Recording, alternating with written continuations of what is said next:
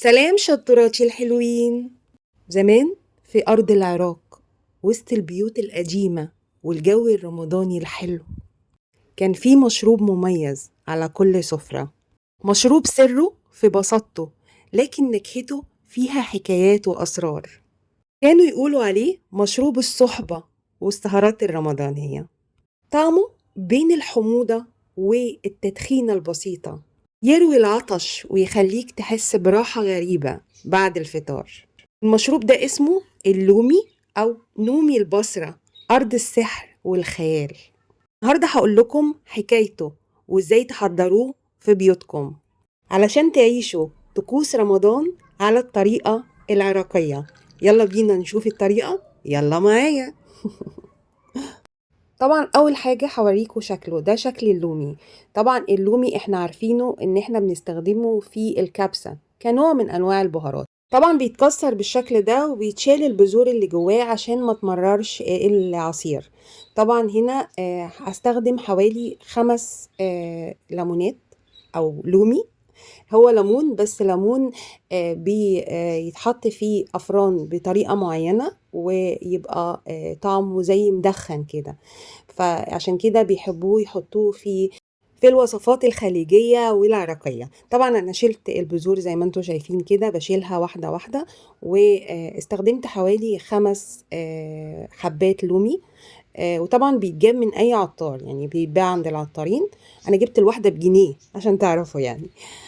بعد ما شلت البذور ابدا بقى ايه، طبعا هنا الباقي انا شلتهم لاستخدامات تانية ممكن زي البرياني او الكبسة، استخدمه في الوصفات الخليجية والعراقية كمان.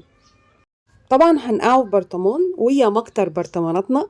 بس عايزه اقول لكم فكره البرطمان حلوه، ممكن تنقعي اي حاجه فيه وتقفليه وتحطيه بقى سواء في التلاجة او بره التلاجة. طبعا هنا انا حطيت اللومي وحطيت حوالي معلقتين نعناع ناشف والسكر. طبعا السكر تقدري تحليه بالطريقه اللي انت عايزاها، يعني بطريقه التحليه اللي انت تحبيها، وممكن تحطي عسل يعني اللي تحبيه. بس العسل يستحسن بعد ما تنقعيه عشان ما تاخدي الفوائد بتاعته، لان انت هتحطي عليه ميه سخنه.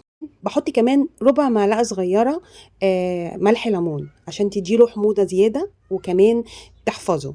بحط عليه ميه سخنه واقفله واحطه واشيله بقى في التلاجة او بره التلاجة، يتنقع 5 ساعات على الاقل. طبعا هنا هو ليه طريقتين، ممكن تنقعيه وممكن تغليه زي الكركديه كده. كل طريقة ليها فوائدها. طبعا تقدروا تبحثوا عنه في جوجل وتعرفوا الفوائد بتاعته ايه عشان ما اطولش عليكم.